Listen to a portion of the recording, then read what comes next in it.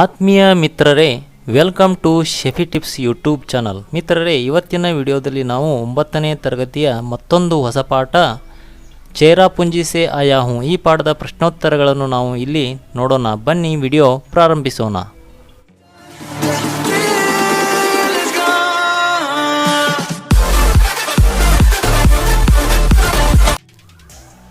प्रश्न संख्या Roman number 1, एक वाक्य में उत्तर लिखिए. ಮೊದಲನೇ ಪ್ರಶ್ನೆ, किस राज्य को बादलों का घर कहते हैं? उत्तर, मेघालय राज्य को बादलों का घर कहते हैं.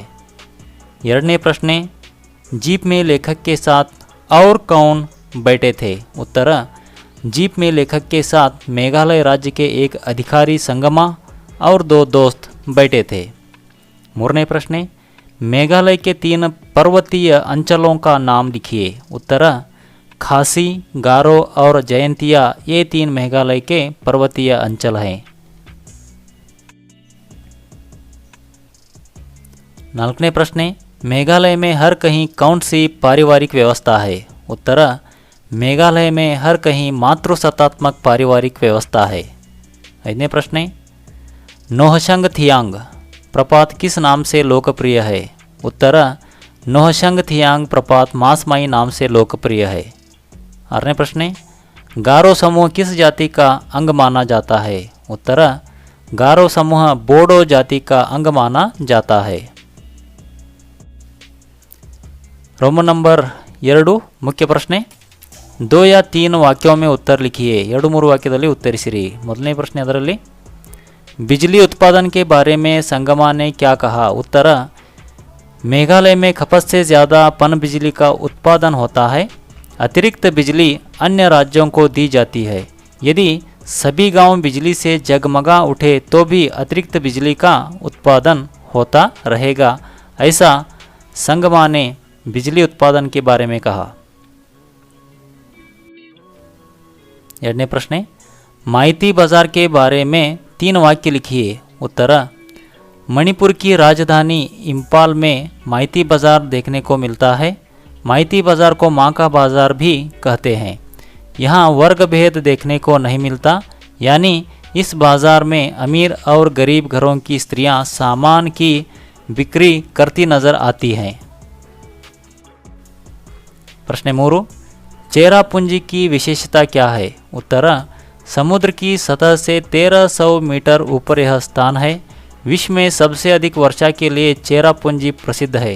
यहाँ वर्षा, धूप और कोहरे की लुका छिपी का खेल हमेशा चलता रहता है. प्रश्न 4, मासमाई गांव की गुफाएं कैसी हैं?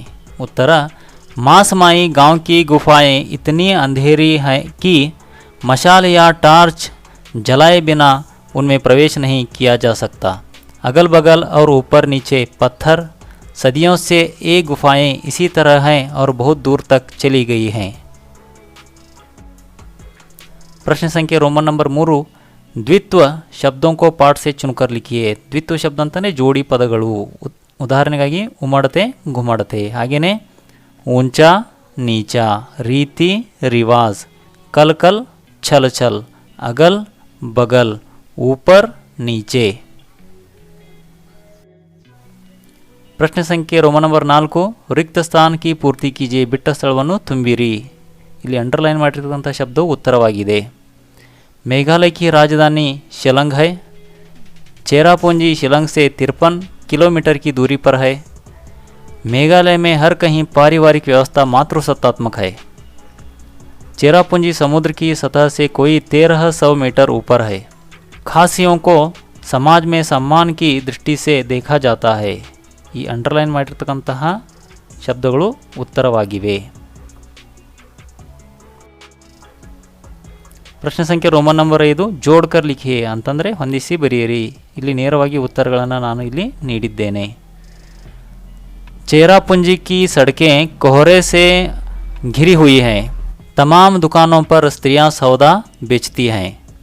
चेरापूंजी में साल भर वर्षा होती रहती है. नोंग क्रेम खासी लोगों का प्रमुख नृत्य है. बेहडेन खलाम जयंतिया पहाड़ियों का उत्सव है. प्रश्न संख्ये रोमन नंबर 6, ಬೇ ಉಪಸರ್ಗ जोड़कर ವಿಲೋಮ ಶಬ್ದ बनाइए ಬೇ ಉಪಸರ್ಗವನ್ನು ನಾವು ಜೋಡಿಸಿ ವಿಲೋಮ ಶಬ್ದಗಳನ್ನು ಬರೆಯಬೇಕು. ಇಲ್ಲಿ ಉದಾಹರಣೆಯನ್ನು ನೀಡಿದ್ದಾರೆ. ಹಿಚಕ್ ಬೇ ಹಿಚಕ್. ಹಾಗೆಯೇ ರೋಕ್ ಟೋಕ್ ಬೇ ರೋಕ್ ಟೋಕ್, ಇಜ್ಜತ್ ಬೇ ಇಜ್ಜತ್, रहम बे रहम, ईमान बे ईमान, कसूर बे कसूर, वफ़ा बे वफ़ा, शक बे शक, ताज बे ताज, सहारा बे सहारा, काबू बे काबू. प्रश्न संख्या रोमन नंबर 7 वाक्यों को क्रम से लिखना. ಪ್ರವಾಸಕ್ಕೆ ಅಥವಾ ಟ್ರಿಪ್ಪಿಗೆ ಹೋದಾಗ ನಾವು ಏನನ್ನು ಮಾಡಬೇಕು ಮೊದಲು ಅನ್ನೋದನ್ನು ಕ್ರಮವಾಗಿ ಇಲ್ಲಿ ಬರೆಯಬೇಕು. ಇಲ್ಲಿ ನೇರವಾಗಿ ಉತ್ತರವನ್ನು ನೀಡಲಾಗಿದೆ. ಪ್ರಶ್ನೆಗಳನ್ನು ನೀಡಿಲ್ಲ, ಉತ್ತರಗಳನ್ನು ನೇರವಾಗಿ ನೀಡಲಾಗಿದೆ. ಯಾತ್ರಾ ಸ್ಥಳಕ್ಕೂ ಚುನಾವಣಾ ಮೊದಲು ಯಾತ್ರೆಯ ಸ್ಥಳವನ್ನು ಆಯ್ಕೆ ಮಾಡಿಕೊಳ್ಬೇಕು. छुट्टी लेना, आनंतर बस या रेल में आरक्षण की व्यवस्था कर लेना, होटल से संपर्क कर कमरा निर्धारित करना, ಕೊನೆಯದಾಗಿ ಕಪಡೆ ಸಾಮಾನು ಬಾಂಧ ಲೇನಾ. ಪ್ರಶ್ನೆ ಸಂಖ್ಯೆ ರೋಮನ್ ನಂಬರ್ 8 ಪ್ರಕೃತಿಗೆ ಕುಚ್ ಅನ್ಯ ದೇನ್. ಪ್ರಕೃತಿಯ ಕೆಲವೊಂದು ಕೊಡುಗೆಗಳು. ಉದಾಹರಣೆಗಾಗಿ ಜಲಪ್ರಪಾತ, ಇವು ಪ್ರಕೃತಿ ನೀಡಿರ್ತಕ್ಕಂಥ ಕೊಡುಗೆ. ಹಾಗೆಯೇ ನಾವು ಮತ್ತೆ ಬೇರೆ ಬೇರೆ ಕೊಡುಗೆಗಳನ್ನು ನಾವು ಬರೆಯಬೇಕಾಗಿದೆ, ಕಾಣಿಕೆಗಳನ್ನು. ಇಲ್ಲಿ ಉತ್ತರಗಳನ್ನು ನೀಡಲಾಗಿದೆ. ಪರ್ವತ, ಹಿಮ, ವಾಯು, ವನ ಪ್ರದೇಶ. ವನ ಪ್ರದೇಶ ಅಂತಂದರೆ ಅರಣ್ಯ ಪ್ರದೇಶ. ಇವೆಲ್ಲವೂ ಕೂಡ ಪ್ರಕೃತಿಯಿಂದ ನಮಗೆ ಸಿಗುತ್ತದೆ ಅಲ್ಲ, ಹಾಗಾಗಿ ಇವೆಲ್ಲ ಪ್ರಕೃತಿಯ ಕೊಡುಗೆಗಳು. ಪ್ರಶ್ನೆ ಸಂಖ್ಯೆ रोमन नंबर 9 ಸಂಕೇತ ಬಿಂದುओं के आधार पर यात्रा का वर्णन कीजिए. ಇಲ್ಲಿ ನೀಡಿರ್ತಕ್ಕಂಥ ಪ್ರಶ್ನೆಗಳಿಗೆ ನಾವು ಉತ್ತರಿಸಬೇಕಾಗಿದೆ. ನಾವು ಹೋಗಿರ್ತಕ್ಕಂಥ ಪ್ರವಾಸ ಸ್ಥಳಗಳ ಮೇಲೆ ಅಥವಾ ಆ ಸ್ಥಳಗಳ ಆಧಾರದ ಮೇಲೆ ನಾವು ಉತ್ತರವನ್ನು ಇಲ್ಲಿ ನೀಡಬೇಕು. ನಾನಿಲ್ಲಿ ಒಂದು ಎಕ್ಸಾಂಪಲನ್ನು ನೀಡಿದ್ದೇನೆ ಮೇಘಾಲಯದ ಬಗ್ಗೆ ಈ ಪಾಠದ ಅನುಗುಣವಾಗಿ. ಕಹಾಂ ಗಯೇ ಥೇ, ಎಲ್ಲಿ ಹೋಗಿದ್ದೀರಿ? ಉತ್ತರ ಮೇಘಾಲಯ. ಕಿಸ್ಕೆ ಸಾಥ್ ಗಯೇ ಥೇ? ಉತ್ತರ ಮಾತಾ ಪಿತಾ ಕೆ ಸಾಥ್. कब गए थे? उत्तर अप्रैल मई माह में. कैसे गए थे? बस से. उस स्थान में क्या क्या देखा? उत्तर प्राकृतिक शिवलिंग और गुफाएं. प्राकृतिक शिवलिंग और गुफाएं. कोई विशेष अनुभव? उत्तर वहाँ का नृत्य और उत्सव. प्रश्न संख्या रोमन नंबर 10 अतिवृष्टि और अनावृष्टि से हानियाँ. ಅತಿವೃಷ್ಟಿ ಅಂತಂದರೆ ಅತಿ ಅಂದರೆ ಹೆಚ್ಚು, ವೃಷ್ಟಿ ಅಂತಂದರೆ ಇಲ್ಲಿ ಮಳೆ ಅಂದ ಹಾಗೆ. ಹೆಚ್ಚು ಮಳೆ ಆಗಿರೋದರಿಂದ ಮತ್ತು ಮಳೆ ಆಗದೇ ಇರೋದರಿಂದ ಆಗುವ ಹಾನಿಗಳನ್ನು ನಾವಿಲ್ಲಿ ಬರೆಯಬೇಕು. ಅತಿವೃಷ್ಟಿ ಅತಿ ಅಂದರೆ ಹೆಚ್ಚು ಮಳೆ ಆಗುವುದರಿಂದ ಏನೇನಾಗುತ್ತದೆ, ಹಾನಿಗಳು ಏನೇನು ಆಗುತ್ತವೆ ಅಂತಂದರೆ ಘರ್ ಡೂಬ್ ಜಾತೆ ಹೇ, ಮನೆಗಳು ಮುಳುಗಿ ಹೋಗುತ್ತವೆ. ಲೋಗ್ ಪಾನಿ ಮೇ ಬಹಕರ್ ಮರ್ತೆ ಹೇ, ಜನರು ನೀರಿನಲ್ಲಿ ಮುಳುಗಿ ಸಾಯುತ್ತಾರೆ. ಖೇತ್ ಜ್ಯಾದಾ ಪಾನಿ ಸೆ ಖರಾಬ್ ಹೋತೆ ಹೇ, ಹೊಲಗದ್ದೆಗಳು ಹೆಚ್ಚು ನೀರಿನಿಂದ ಅವು ಕೆಟ್ಟು ಹೋಗುತ್ತವೆ. ಅನಾವೃಷ್ಟಿ ಮಳೆ ಆಗದೇ ಇದ್ದಾಗ ಏನೇನು ಹಾನಿಗಳಾಗುತ್ತವೆ ಅಂತಂದರೆ ಫಸಲ್ ನಹಿ ಉಗತಿ, ಬೆಳೆಯೂ ಬೆಳೆಯುವುದಿಲ್ಲ. ಪಶು ಪಕ್ಷಿ ಮರ್ ಜಾತೆ ಹೇ, ಪಶು ಪಕ್ಷಿಗಳು ಸಾಯುತ್ತವೆ. ಅನಾಜ್ ನಹಿ ಮಿಲ್ತಾ, ನಮಗೆ ಅನಾಜ್ ಅಂದರೆ ಧಾನ್ಯಗಳು, ಆಹಾರ ನಮಗೆ ಸಿಗುವುದಿಲ್ಲ.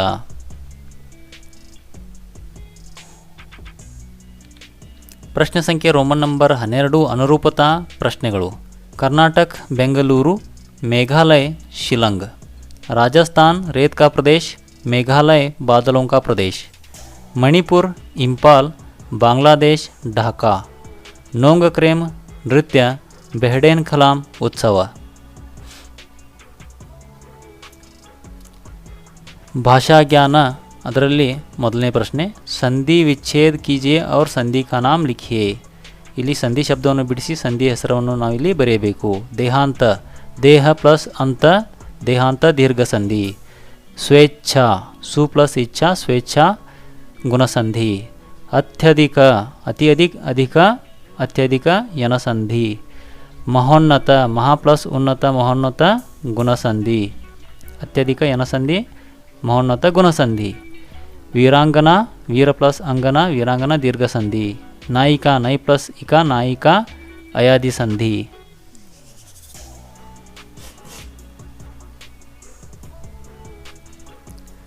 ಸಂಧಿ ಕೀಜಿಯೇ. ಈ ಶಬ್ದಗಳನ್ನು ನಾವು ಕೂಡಿಸಿ ಬರೆಯಬೇಕಾಗಿದೆ. ಮತ ಪ್ಲಸ್ ಅನುಸಾರ ಮತಾನುಸಾರ, ಮುನಿ ಪ್ಲಸ್ ಇಂದ್ರ ಮುನೀಂದ್ರ, ಗುರು ಪ್ಲಸ್ ಉಪದೇಶ ಗುರೂಪದೇಶ, ವೀರ ಪ್ಲಸ್ ಉಚಿತ ವೀರೋಚಿತ, ಲೋಕ ಪ್ಲಸ್ ಉಪಕಾರ ಲೋಕೋಪಕಾರ, ಮಹಾ ಪ್ಲಸ್ ಉದಯ ಮಹೋದಯ. ಹಾಗೆಯೇ ಮಹಾ ಪ್ಲಸ್ ಋಷಿ ಮಹರ್ಷಿ, ಸದಾ ಪ್ಲಸ್ ಏವ ಸದೈವ, ಲೋಕ ಪ್ಲಸ್ ಐಶ್ವರ್ಯ ಲೋಕೈಶ್ವರ್ಯ, ಶೇ ಪ್ಲಸ್ ಅನ ಶಯನ. ಉದಾಹರಣೆಗೆ ಅನುಸಾರ ಲಿಖಿಯೇ. ಉದಾಹರಣೆಗೆ ಅನುಗುಣವಾಗಿ ನಾವಿಲ್ಲಿ ಬರೆಯಬೇಕಾಗಿದೆ. ಉದಾಹರಣೆ ದೇವ ಪ್ಲಸ್ ಆಲಯ ದೇವಾಲಯ. ಹಾಗೆಯೇ ಈ ಶಬ್ದಗಳನ್ನು ಕೂಡ ಬರೆಯಬೇಕು. ಗೋಲ ಪ್ಲಸ್ ಆಕಾರ ಗೋಲಾಕಾರ, ಸಹ ಪ್ಲಸ್ ಅನುಭೂತಿ ಸಹಾನುಭೂತಿ, ರಜನಿ ಪ್ಲಸ್ ಈಶ ರಜನೀಶ, ಸು ಪ್ಲಸ್ ಆಗತ ಸ್ವಾಗತ, ಅತಿ ಪ್ಲಸ್ ಅಂತ ಅತ್ಯಂತ, ಅನು ಪ್ಲಸ್ ಅಯ ಅನ್ವಯ, ಭೋ ಪ್ಲಸ್ ಅನ ಭವನ, ಪಿತೃ ಪ್ಲಸ್ ಆಜ್ಞಾ ಪಿತ್ರಾಜ್ಞಾ, ಪೌ ಪ್ಲಸ್ ಅಕ ಪಾವಕ.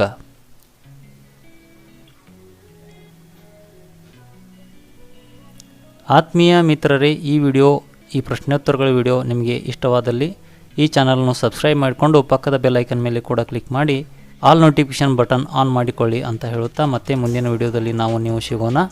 ಅಲ್ಲಿವರೆಗೆ ಧನ್ಯವಾದಗಳು.